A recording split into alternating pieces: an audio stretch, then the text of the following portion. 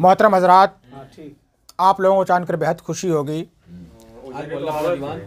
कि अभी महल्ला पूरा दीवान सैफ़ी कोचिंग सेंटर में बज़्म खामा गालिब का 75वां दर्स अमल में आने को है। आज का प्रोग्राम इंशाअल्लाह बहैसियत सदर आली मर्तबा जनाब नूरुल हुदा साहब शोरा शमसी मुनाकिद होगा। किसी को कोई इस बात पर आपत्ति या कुछ बात हो तो आप रख सकते हैं। हाँ ठीक। निज़ामत हमारी बज़्म के एक नए मेंबर जो गुज़िश्ता दो चंद महीनों से मुअल्लक हुए हैं, मोहतरम जनाब तनवीर मुबारक शहीद नगरी साहब, वो फरमाएंगे। दर्स आप हजरात के सामने मैं नाचीज़ पेश कर रहा हूँ। आज के जो दर्स आप हजरात के सामने होगा वो लफ्ज़ी तहरीरी गलतियों के बारे में होगा, जिसका ताल्लुक़ बोलने से भी है और लिखने से ज़्यादातर है। होता यह है कि बाज़ शोरा ऐसे हैं जो बोलने के साथ साथ लिखने में भी गलतियां करते हैं, और फ़न्नी शायरी में ये भी गलत माना जाएगा। आप लफ्ज़न कोई चीज़ कितना अच्छा ही बोल दें, अगर आप उसको कलम बंद करते हैं और कलम बंद करते समय अगर आप लिखने में गलतियां कर देते हैं तो उसके मफ़हूम, उसके मानी और उसके इस्तिलाही अल्फाज भी गलत हो जाया करते हैं। देखिए, दो तरह के लफ्ज़ पाए जाते हैं जिसके अंदर आम तौर से गलतियां ज़्यादा होती हैं। कुछ लफ्ज़ हैं जिनको कहा जाता है मुरक्कबात, कुछ अल्फाज हैं जिनको कहा जाता है मुश्तक़ात। मुरक्कब के माने जोड़ने के होते हैं, मुश्तक़ात होते हैं जो जुड़े ही रहते हैं, अक्सर उसको जोड़ा नहीं जाता, वो जुड़े ही होते हैं।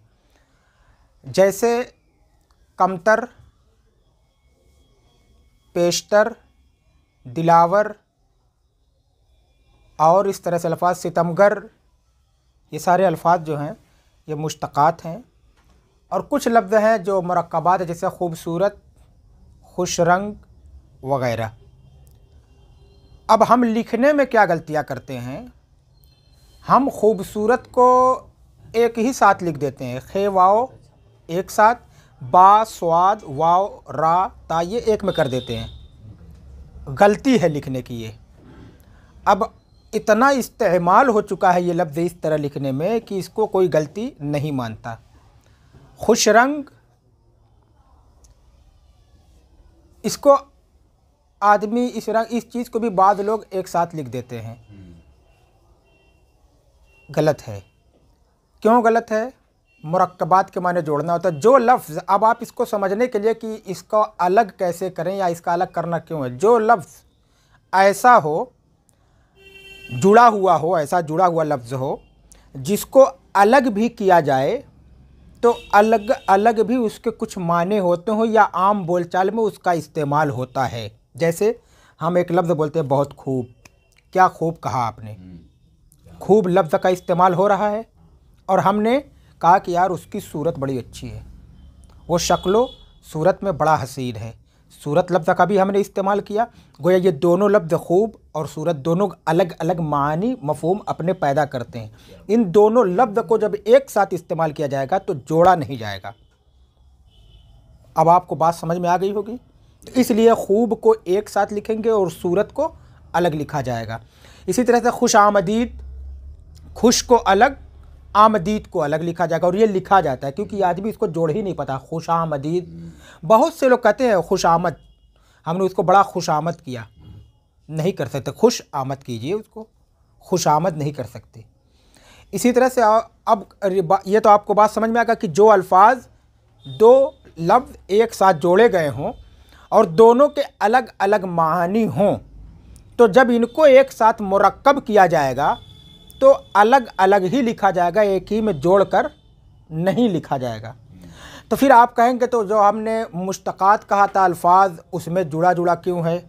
अब देखिए आप, दिल तो एक लफ्ज़ दिलावर या बेशतर या सितमगर, गर लफ्ज़ अलग कर दीजिए, सितम अलग कर दीजिए। सितम अलग का इस्तेमाल होता है, गर का कभी इस्तेमाल किया आपने?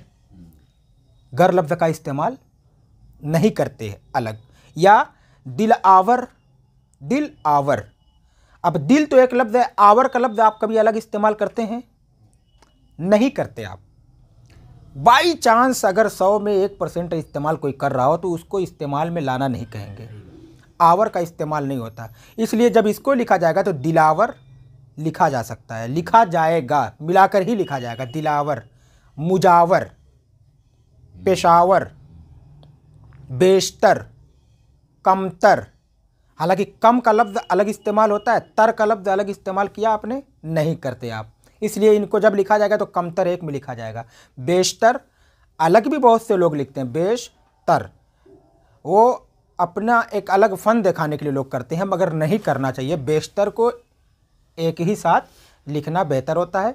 तो वो अल्फाज जो अलग अलग करने में दोनों अपने मानी न बताते हों तो उनको एक साथ लिखा जाएगा। और वो अल्फाज जो, और उनको मुश्तक़ात कहते हैं। और वो अल्फाज जो अलग अलग भी लिखा जाए तो दोनों के अलग अलग माने हैं और अलग अलग बोला भी जाता है। जैसे खूब, आपने बहुत खूब कहा। सूरत, आपकी सूरत बड़ी अच्छी है। इस तरह से खुश रंग और बहुत से अल्फाज हैं। तो इन लफ्ज़ों को जब एक साथ करके लिखा जाएगा तो इनको अलग अलग करके लिखा जाएगा। एज एग्जाम्पल, मिसाल के तौर पर खूब एक साथ लिखेंगे और सूरत अलग लिखेंगे, खुश एक साथ लिखेंगे, आमदीद अलग लिखेंगे।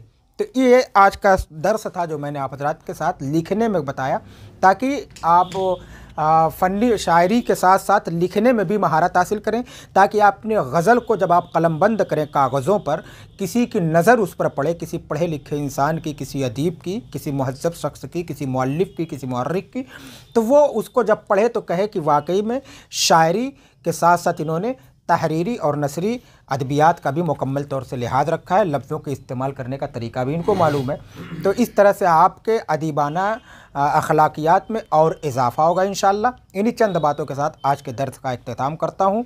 और आज की नशिस्त जो अभी आप हज़रात के सामने मुनक़्क़िद होगी, जिसकी सदारत आली मरतबत जनाब नूरुल हुदा साहब शोहरत शमसी मौज़ा इस्लामपुरा मुबारकपुर आज़मगढ़ से ताल्लुक़ रखते हैं। हमारे बड़े ही करीबी, हमारे बिरादर कबीर हैं और हमारा इनका रब्त ज़ब्त हमारे बहुत मुद्दतों से है, मेरे होश संभालने से पहले से। और इनकी एक बहुत बड़ी खिदमत में ये खिदमत है कि ये उर्दू से हमेशा से जुड़े हुए हैं। जब हम मदरसों से नहीं जुड़े थे, ये उस वक्त भी उर्दू से जुड़े हुए थे।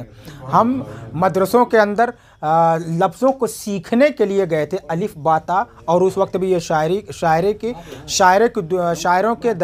के दरिया में गोता मार रहे थे। और आज वो शख्सियत हमारे दरमियान हमारे बज़्म से जुड़ी हुई है। उनको बहुक्म सेक्रेटरी जनाब तुराब अली और बहुक्म सरपरस्त आली मरतबा जनाब अब्दुल मन्नान हुसैनाबादी के, उनको आज की नशिस्त का सदर मुंतखब किया गया। ये मेरे लिए बायस सद इफ्तिखार, बायस मुसर्रत बात है। और बड़ी खुशी की बात है कि उन्होंने मसनद सदारत को कबूल किया। अल्लाह इनकी उम्र में और इजाफ़ा फरमाए और इनकी सलाहियत को और निखारे और आगे करे, आमीन या रब्बल आलमीन। आज की नशिस्त की निज़ामत आली मरतबा जनाब तनवीर मुबारकपुरी साहब से करेंगे। मैं उनसे मुअद्दबाना गुजारिश करता हूँ कि मोहतरम